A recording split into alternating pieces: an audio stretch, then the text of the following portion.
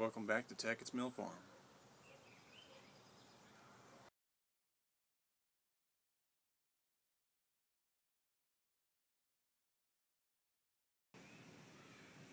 Okay, today we're going to clean bluegill fish that my little girl caught at the lake. I'm going to show you what you need to do this. It's very simple. There's a few things that you need. First of all, a cleaning surface, a good sharp knife, a spoon, a glass of beer, and something to cover it up so the fish scales don't get in, or not, and a hose. Usually I like to have the hose nearby so I can rinse off the fish before they go into the pan. So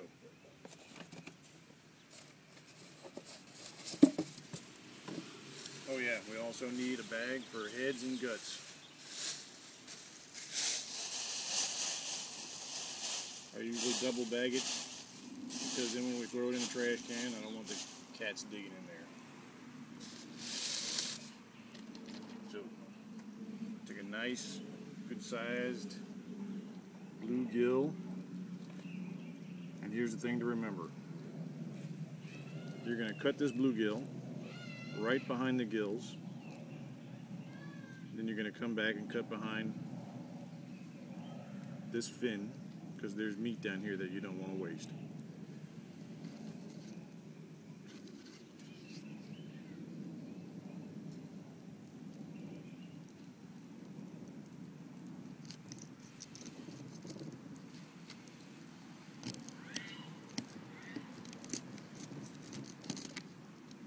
Now, if you don't cut them all the way through, which is what you want to try,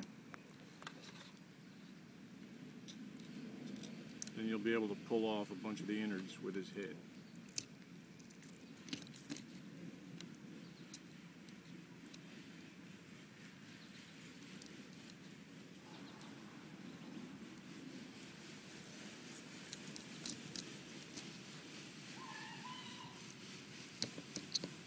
Okay.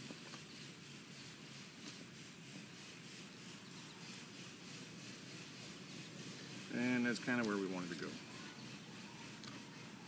So the head and the guts can go in the bag.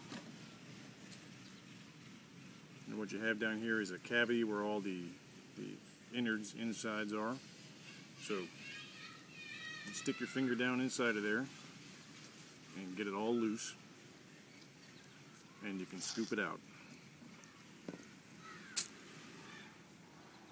And that's what you want to do.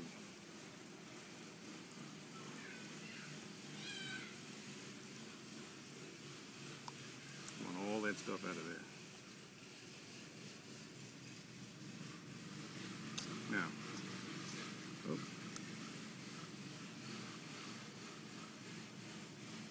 the mud vein, you can see right here. You want to get that mud vein out of there, because that's where all the waste goes out. And this was a female, so you can see some egg sacs in there. Now, give her a little rinse.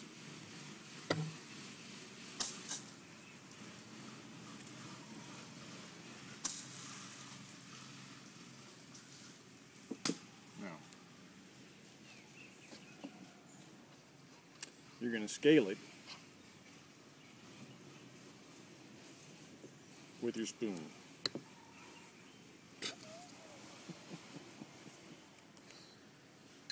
So you can hold it, because they're a little slippery, obviously, you can hold it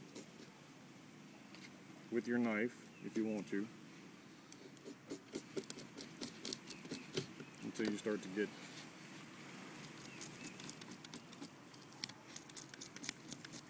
the scales that can peel off nice. So, you see that?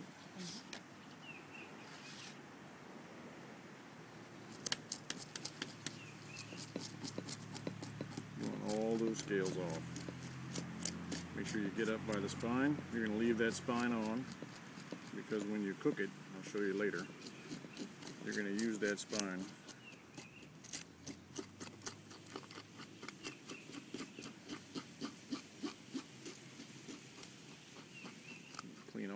scales off. Now, don't forget to clean off underneath his tail.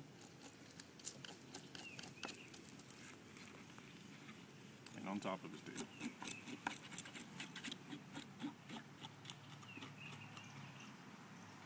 Same thing on the other side.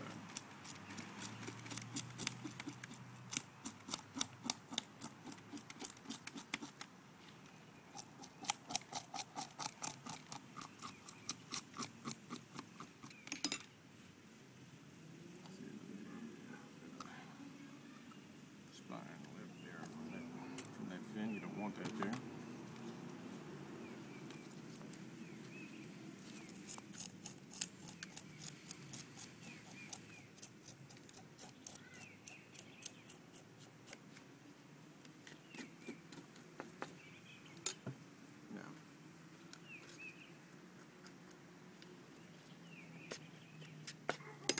Then, one more time, rinse it all off.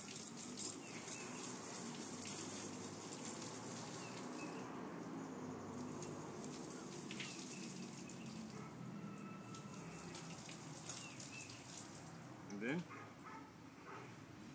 into your pan. And you do your next, so you wind up with a good handful.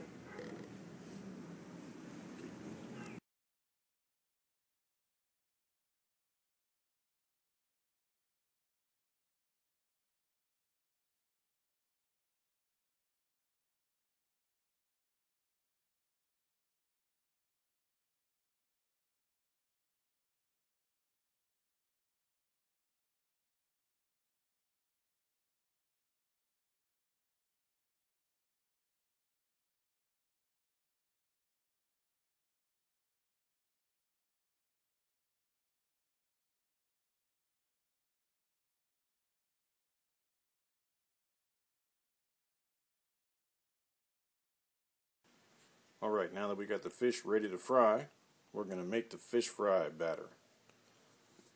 Now that is 1 cup of cornmeal,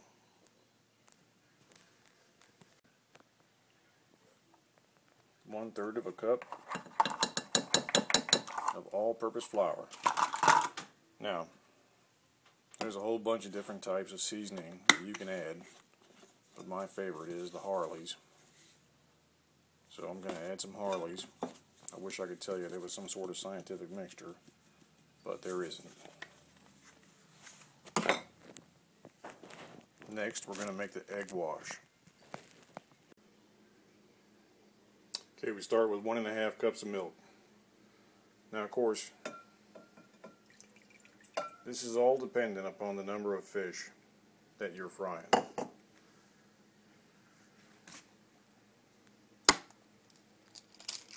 Two eggs.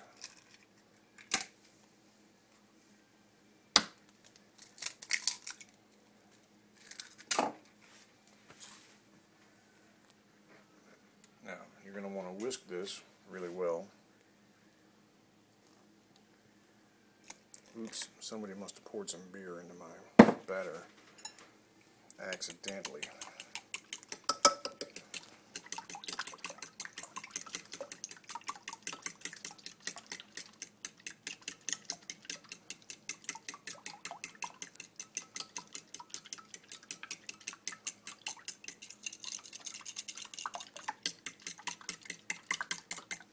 Of course, we have the ubiquitous Fry Daddy. So, we will check the Fry Daddy to make sure that our peanut oil is up to a good temperature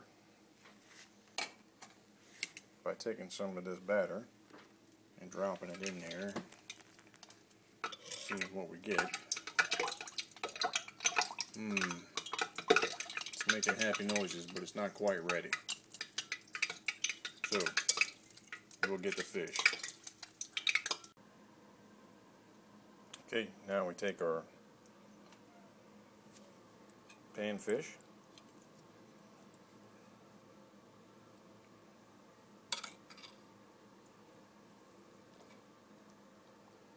Place them into the egg wash.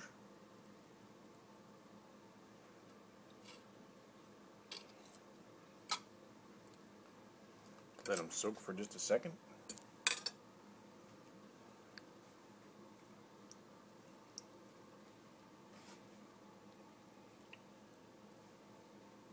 Put them over here on our batter.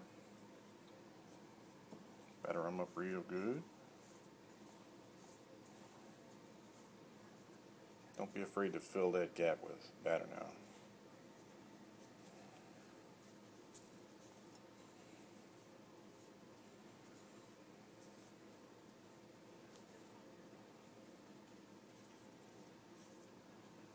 Then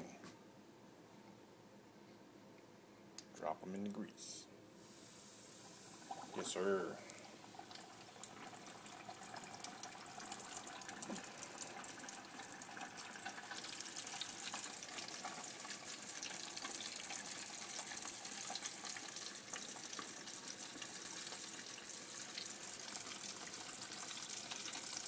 You'll know they're ready when they float up to the top and they're nice and golden brown.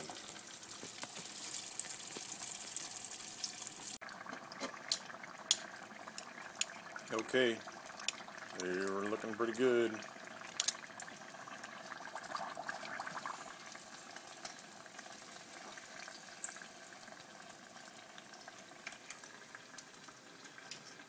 I'm gonna lay them out here.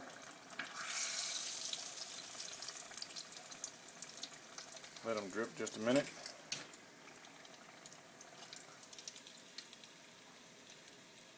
And then I'm going to show you how to peel up panfish and eat it.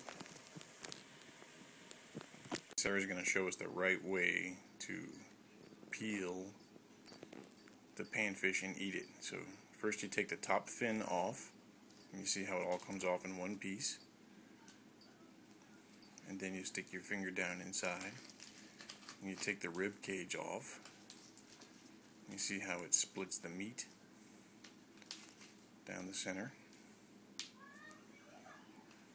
And you take the rib meat out. Or the rib, I should say, you take the rib bones out. And then all that meat is there for you to eat.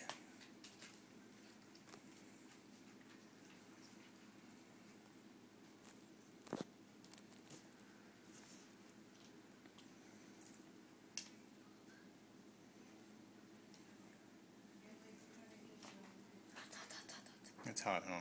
Yeah, hot. But it'll taste good in the end. Yep. And you see all that meat there and how the rib cage comes out, how the spine comes out.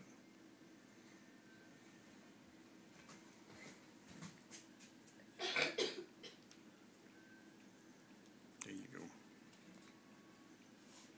And that's how you take it apart and eat it.